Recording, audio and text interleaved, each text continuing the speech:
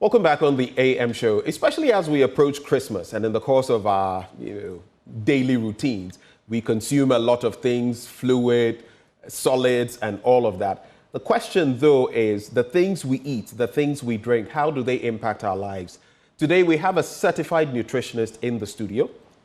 She's going to be talking about diabetes, prevention, management, using nutrition, the very things we consume.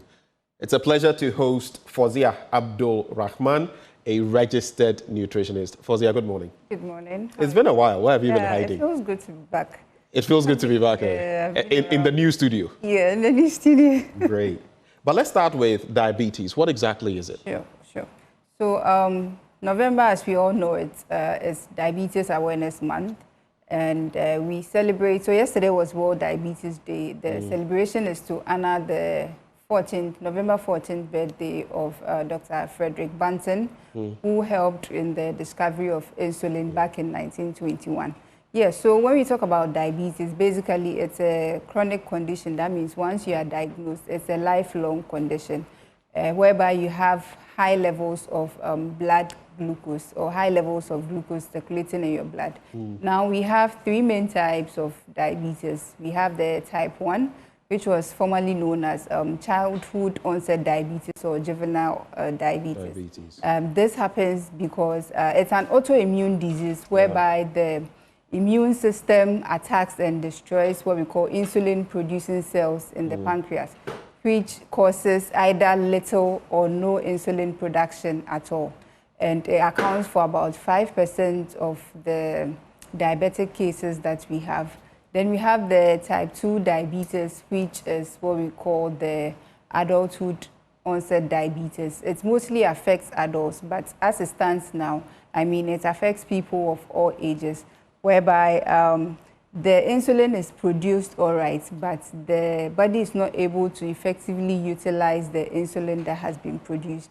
Then we have the other one, which is known as the gestational diabetes, where it occurs in some pregnant women during the course of pregnancy. And this happens as a result of the placenta releasing a certain hormone that causes insulin resistance. So if your pancreas is not able to produce enough insulin, then you can have gestational diabetes. And usually we screen pregnant women for gestational diabetes in their second trimester.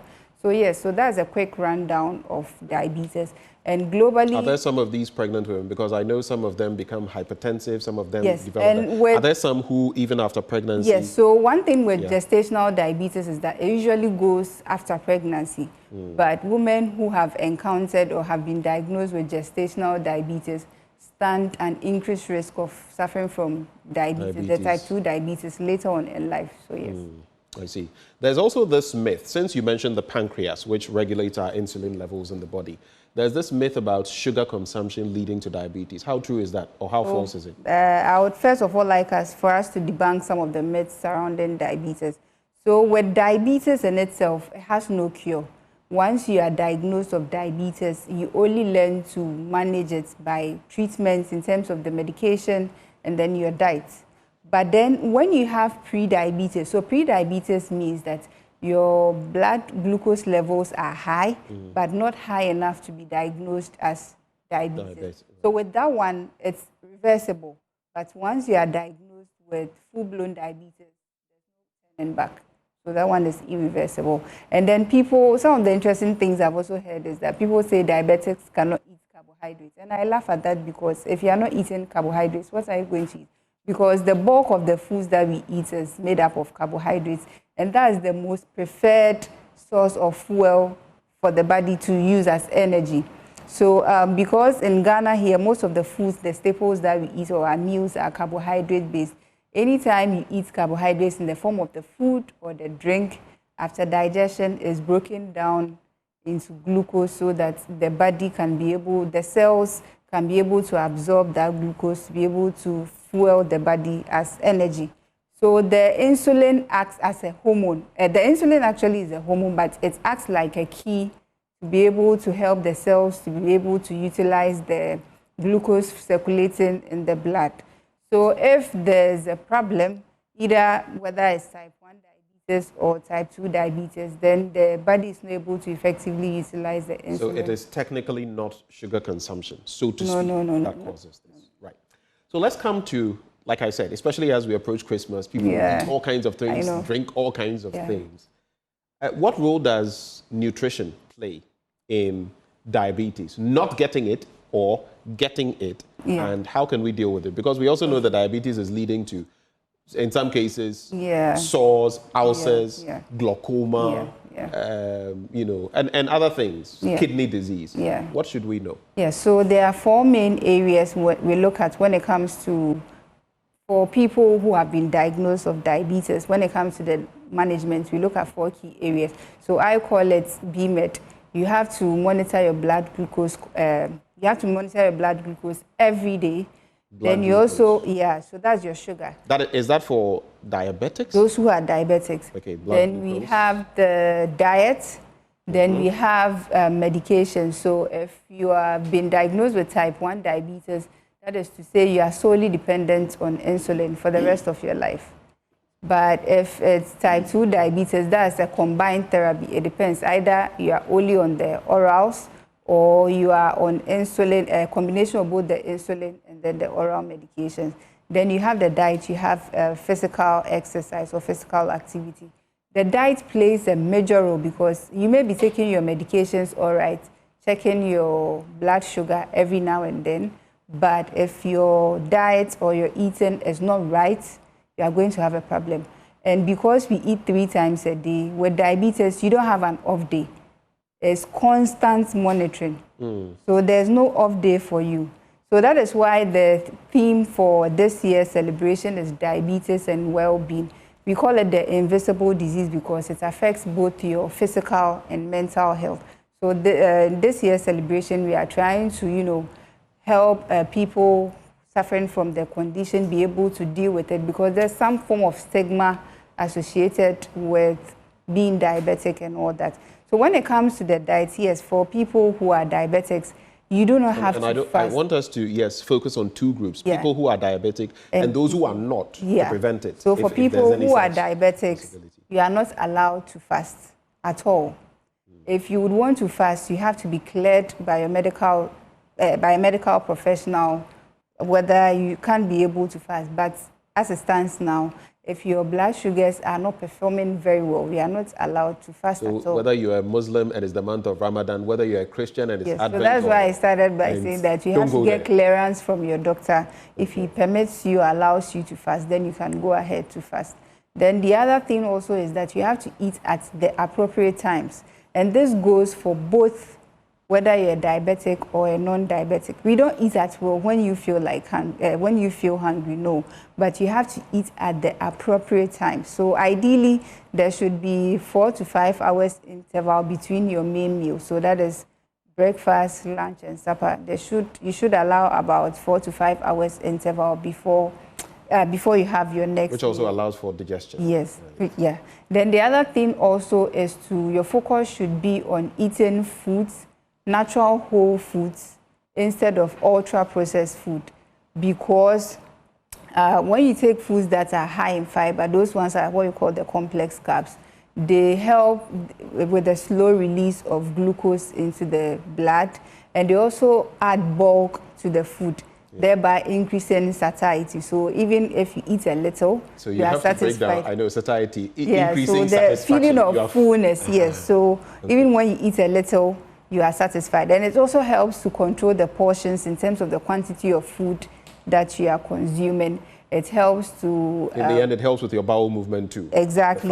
It also helps with weight loss. It also helps with management of your blood pressure as well as your blood cholesterol. So yes. Then the other thing also is to go in for foods that are low in calories and packed with nutrients instead of going for foods that are high in fat. Because, Benjamin, if you know, what we have, with the foods, the nutrients, we have carbohydrates, the macronutrients, we have carbohydrates, proteins, and then fats and oils. Fats, 1 gram of fat calories is equivalent to 9 calories. So that means when you 1 take gram a gram of of fat, it gives you twice the number of calories which you would have gotten from eating carbohydrates or protein. So you have to limit foods that are very high in fat and sugar. So that with the sugar, it means you have to avoid sugar-sweetened beverages. So the best alternative or option is to go for water or drinks or teas or something, because water has no calories. You can take some fluids such as tea, coconut water, or soups. So you replace those ones with sugar-sweetened beverages. And then you avoid the processed foods such as the cakes, the pastries, the baked goods basically, because those ones are loaded in fat as well as sugar. And you should also read food labels as well. So when you go grocery shopping and you pick an item off the shelf and you see sugar listed as either the first or second or third ingredient, that should tell you that that food item is very high in sugar. Then the other thing also is to make sure that you are eating a lot of fruits and vegetables, because that's where you get your most of the fiber that we are having. Yeah, so that's just about it. Okay. And then, let me come in here. You mentioned coconut water, which is great, but I also know that with all these things, if you overdo them, for example, sodium, magnesium, and the rest, I had to tell someone that I used to see buying coconut water every day and tell the person, no, while it is good, you shouldn't do it every day, because then, you know, and sodium also has its blood pressure effects and all that. So these must be put into context for people. But you can speak about that and add the bit about highly processed foods. I'm sure some of our viewers will be asking themselves, what is she talking about? She's mentioning cake and the rest, but what are the highly processed? So with the coconut water, yes, coconut contains a lot of potassium, which helps with bringing your blood pressure down. And at the same time with the coconut, so you know we have the matured coconuts, and then we have the immature ones. So for people who are diabetics, you can go in for the immature coconuts. That one, the water is not sweet, but the matured ones, those ones are the ones that you have a lot of the flesh or the coconut in the shell or whatever. Yeah, the pulp. Those ones are sweeter. So those ones are not recommended for diabetics. You go for the one that is only, when you break the coconut open, it's only water you find inside. So usually for diabetics, go for the immature coconut. But for the rest of us, you can do the other one. But even we should moderate it, right? Yes, but in moderation. I mean, because coconuts, I sit here and preach that coconut water is good for diabetics or even healthy people. That is not to say that you have that every day. Some people end up drinking 2, 3 at a go. At a go. It's a lot. It's a lot. Yeah. Right. Let's talk about the highly processed foods. Yes, so with the highly processed foods, those ones are like the name connotes, they are high in calories because they are the food. So we have what we call glycemic index. Now with the glycemic index, what it does is that it determines how much a food affects your blood glucose levels. So we use that as a tool to enhance better blood sugar control. So there are foods that have been categorized as low glycemic index, medium glycemic index, and then high glycemic index food. So for the processed foods like the pastries, the cakes, and all those ones, they fall under the high glycemic index foods because they have a glycemic index of above 70. And with the glycemic index... Is this on a scale of 100? On a scale of 100. And theirs is above 70? Yes, 70 and above. Wow. So with the cakes, pastries, the baked goods, basically the confectionery, biscuits and the rest, they fall under the high glycemic index food. And there are several factors that affect the glycemic index of food. You are looking at the ripeness, you are looking at the cooking method, you are looking at the processing, the number of times it has undergone processing and all that. So yes, those ones definitely have a glycemic index. But if your blood sugar, your blood glucose is well under control or you are managing it properly, you can get to enjoy some of these things, but in moderation and not at all times. So once in a while, on occasion, you can do just a little. So it's not as if you have to stay clear of it, no. But if your blood sugar is well under control, yes, once in a while, you can have it, just something small, not so much. But if your blood glucose is not well managed, then unfortunately, you can't be having these things. Okay. Now, I know that oftentimes you'd be told by dietitians, the more colorful your food, the better. Yes. If you look at carrots, they look orange, kind of. If you look at bell peppers, you have the yellow, green, and all that.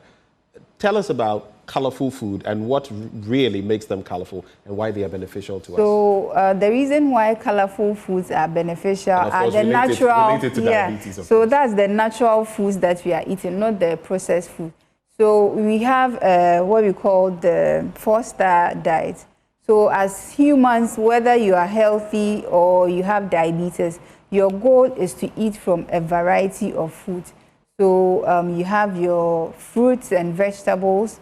That's where you get most of the colors from. And then you have your whole grains, you have your legumes and all that. So yes, you have to make sure that as a diabetic or even a non-diabetic, there should be a good source of carbohydrates in your meals, as well as healthy fats and protein. The healthy fats, so you have the avocados, you have the nuts and seeds like the walnuts, the almonds and those ones. They are packed with both monounsaturated and polyunsaturated fatty acids, which are what we call the omega-3 fatty acids. They help fight inflammation and they are heart healthy, so they protect your heart, because as diabetics, some of the complications one can get if your blood sugar is not under control is you suffer the risk of a heart attack, you can suffer a stroke, it affects your nerves, it affects your kidneys and all that. So yes, you have to make sure that you are eating healthy fats, not fats, trans fats, as can be found in the baked or processed foods. Healthy fats. Yeah, and so then salmon? Yeah, salmon, fish, tuna, sardine, mackerel, yeah, those ones contain the healthy fats. And then you have your nuts and seeds as well. And then when you are taking the protein foods or the dairy foods, you also have to bear in mind that you go for the ones that are low in fat instead of going for the ones that are high in fat. So something like full cream milk is very high in fat. So you can... Full cream milk. Yeah. So the evaporated milk. So you can do the skimmed milk or the plant-based milk, such as almond milk or rice milk or soy milk. Those are healthier. Those ones are healthy. We have to go, but to conclude the conversation, so moving this forward, how do people, because in this season, people eat, as we approach Christmas, people eat so many different things. What dietary suggestions do you have for us ahead of Christmas and for our everyday lives, both for diabetics and non-diabetics who don't want to get there? So I always tell my clients or whoever I encounter is that moderation is key. Moderation is key. If you can avoid taking these processed foods, the better. But I know there are people who cannot do that. So just a little. And one interesting thing is when you are taking some of these things, for example, you are having a bottle of a drink, this sugar-sweetened beverages. I always say that take water, take it with water. So as you take a sip, you can do a sip of water. It sort of reduces the quantity you'll be drinking. And also don't pair it with another, for example, you're having a sugar-sweetened beverage and then you are having pie on the side. They are both high in calories. So you can do the drink and then be taking sips of water or take something healthy after that. But if you can do without it, the better. Because during the festive season, there's influx of so many products on the markets which are all processed and it's not good for one's health. So moderation is key. Okay. Moderation is always key. I am just sneaking this in because I saw the message come through. It's from one of my mothers, Susan. She says, I am watching the program. Please ask about cheese because I love it, though I am not diabetic, but I have sugar intolerance, which gives me tingles in my legs at night. Yeah. This is, I call her mommy number 2. Now Amanua sends in that one. Yeah, what can so you briefly say on cheese that? is not bad. Like I said, with the dairy and dairy products, you go in for the low-fat options. We have different forms of cheese. We have mozzarella. We have different cottage cheese and and all that. So go for the low-fat options. That's why it's very important that when you go grocery shopping, you read the food labels. Right. Because I find a lot of people not reading the food labels because a certain product is like a premium or a branded product, they pick it up and just drop it in the cart without actually reading what is written on there or the ingredients listed on there. But I mean, they said if you want to hide something from a black man, put it in the books or something. We don't like reading. So it's very important that you are mindful of what you are eating and also reading some of the food labels is very important. All right. Thank you so much, Fauzia, for joining the conversation. Thank you for enlightening us. Fauzia Abdul-Rahman is a registered nutritionist. Today we've been talking about diabetes prevention and management through nutrition, right? We'll continue with some of these ahead of Christmas so that at least it sinks down. But before we take our breather, today on Constituency Lens, we take you to the Ayawaso Central constituency where voters are relentlessly voicing out the key issues driving their decisions in the upcoming elections, which are only 22 days away. If you want to find out what they've been talking about, stay with us after the break. Constituency Lens on the AM Show.